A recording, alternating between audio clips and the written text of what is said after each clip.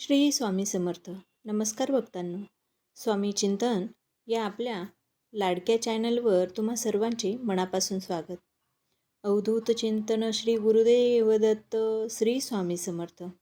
भक्तांनो, आजचा हा आपला व्हिडिओ अत्यंत महत्त्वाचा आणि अनेकांच्या मनात असणाऱ्या एका मोठ्या शंकेचे निरसन करणारा आहे.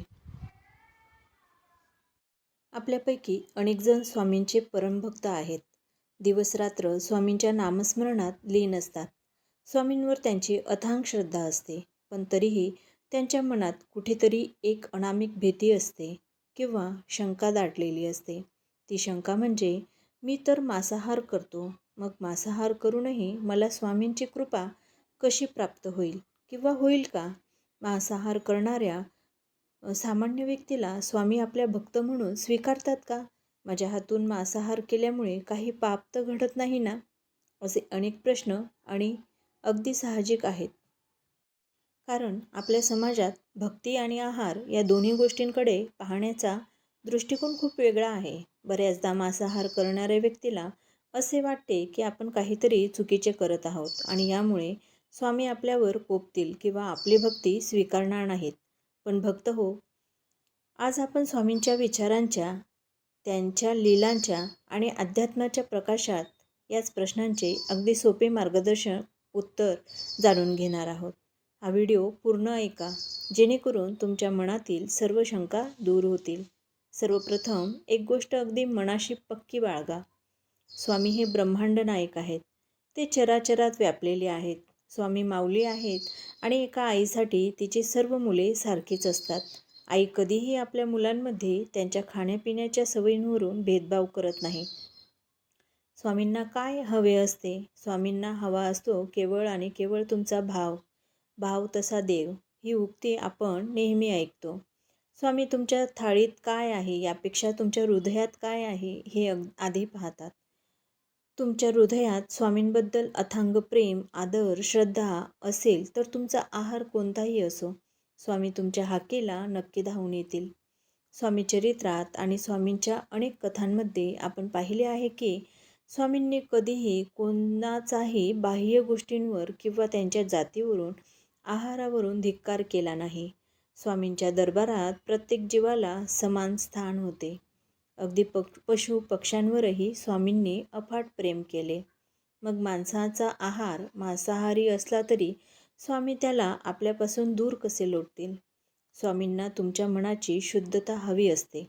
जर तुमचे मन स्वच्छ असेल, तुम्ही कोणाचेही वाईट इच्छित नसाल, तुमच्या हाताने कोणावरही अन्याय होत नसेल, तर तुम्ही करत असलेली स्वामी भक्ती नक्की सार्थकी लागेल. आता इथे एक अत्यंत महत्त्वाचा मुद्दा येतो की प्रत्येक स्वामी भक्तांनी समजून घेतला पाहिजे. अध्यात्म आणि शास्त्रामध्ये आहाराचे 3 प्रकार सांगितलेले आहेत: सात्विक, राजस आणि तामस. मांसाहार तामस आणि राजस आहारामध्ये मोडतो.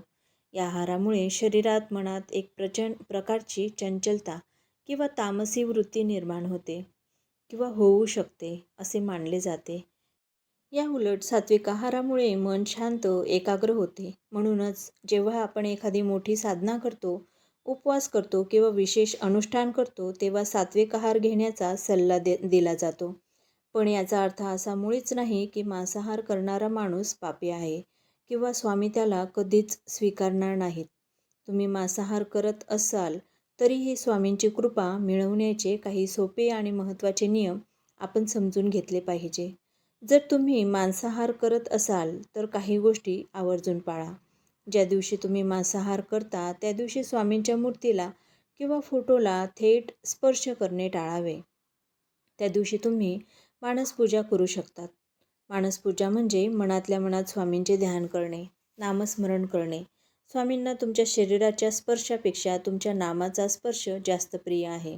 त्यामुळे ज्या दिवशी तुम्ही मांसाहार जेवणार असाल त्या दिवशी मनातल्या मनात श्री स्वामी समर्थ या मंत्राचा जप अखंड चालू ठेवा.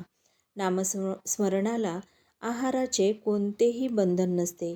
तुम्ही कोणत्याही परिस्थितीत, कोणत्याही ठिकाणी आणि कोणताही आहार घेतलेला असताना स्वामींचे नाम घेऊ शकतात. नामस्मरण हे सर्व पावन करणारे आहे. दुसरी गोष्ट म्हणजे ज्या वारी किंवा दिवशी स्वामींचे विशेष वार असतात, जसे की गुरुवार किंवा स्वामींची प्रकट दिन तिथी, पुण्यतिथी किंवा मार्गशीर्ष महिन्यातली गुरुवारांचे व्रत, अशा पवित्र दिवशी आपणहून मांसाहार टाळण्याचा प्रयत्न करावा. हे स्वामींवर असणाऱ्या आपल्या प्रेमापोटी आणि आदरापोटी करावे, कोणत्याही भीतीने नाही. जेव्हा आपण आपल्या आवडत्या व्यक्तीसाठी किंवा देवासाठी आपल्या आवडीच्या गोष्टीचा काही काळासाठी त्याग करतो, तेव्हा ती भक्ती दर्शवते. त्यामुळे जमेल तेव्हा, विशेषतः गुरुवारी मांसाहार टाळणे हे नक्कीच उत्तम मानले जाते. भक्तांनो, एक गोष्ट नेहमी लक्षात ठेवा.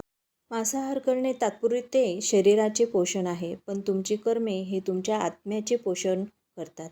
जर एखादी गोष्ट, एखादी व्यक्ती पूर्णपणे शाकाहारी आहे, पण तिचे विचार अत्यंत दूषित आहेत, ती सतत इतरांबद्दल मत्सर करते, लोकांना फसवते, खोटं बोलते, अशा शाकाहारी व्यक्तींवर स्वामी कसे प्रसन्न होतील?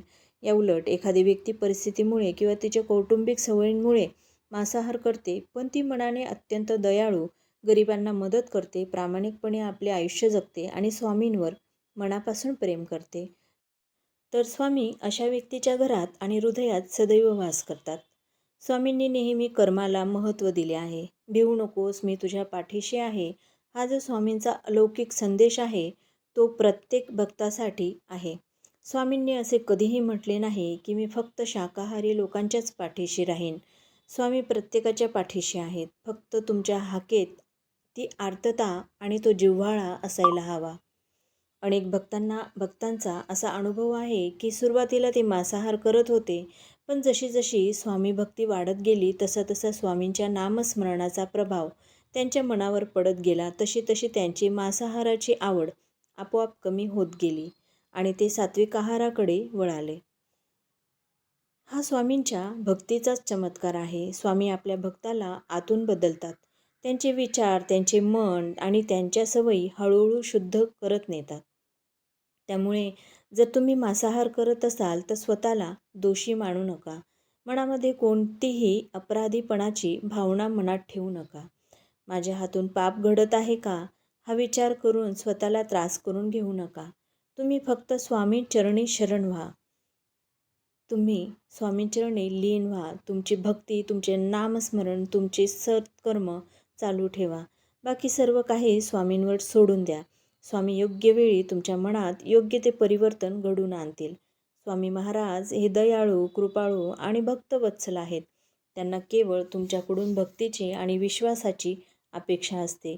तुमच्या ताटात काय वाढले आहे, यापेक्षा तुमच्या डोळ्यात स्वामींबद्दल किती प्रेम, अश्रू आहेत, हे स्वामी पाहतात. त्यामुळे अगदी निर्धास्तपणे मनातील सर्व शंका, कुशंका बाजूला सारून स्वामींची भक्ती करत राहा. तुम्ही जसे आहात, ज्या परिस्थितीत आहात, तसेच स्वामींना शरण जा. स्वामी तुमचा स्वीकार नक्कीच करतील आणि त्यांची कृपा माऊलीच्या मायेसारखी तुमच्यावर सदैव वर्षत राहील. भक्तांनो, आजच्या या चिंतनातून तुम्हाला तुमच्या मनातील प्रश्नांचे उत्तर मिळाले असेल अशी मी आशा करते. हा विचार, हे चिंतन तुम्हाला कसे वाटले हे मला कमेंट करून नक्की सांगा. जर तुम्हाला हा व्हिडिओ आवडला असेल तर व्हिडिओला लाईक करा आणि आपल्या इतर स्वामी भक्तांसोबत हा व्हिडिओ आवर्जून शेअर करा, जेणेकरून तुमच्या मनातील भीती आणि शंकाही दूर होईल. आपल्या स्वामींचे चिंतन या चॅनलला किंवा स्वामी चिंतन या चॅनलला सबस्क्राईब करायला विसरू नका, जेणेकरून स्वामींचे असेच सुंदर विचार आणि लीला तुमच्यापर्यंत पोहोचतील. चला तर मग भेटूया पुन्हा अशाच एका सुंदर माहितीपूर्ण व्हिडिओमध्ये. तोपर्यंत श्री स्वामी समर्थ. स्वामींच्या नामात मग्न राहा, आनंदी राहा. श्री स्वामी समर्थ. जय जय श्री स्वामी समर्थ.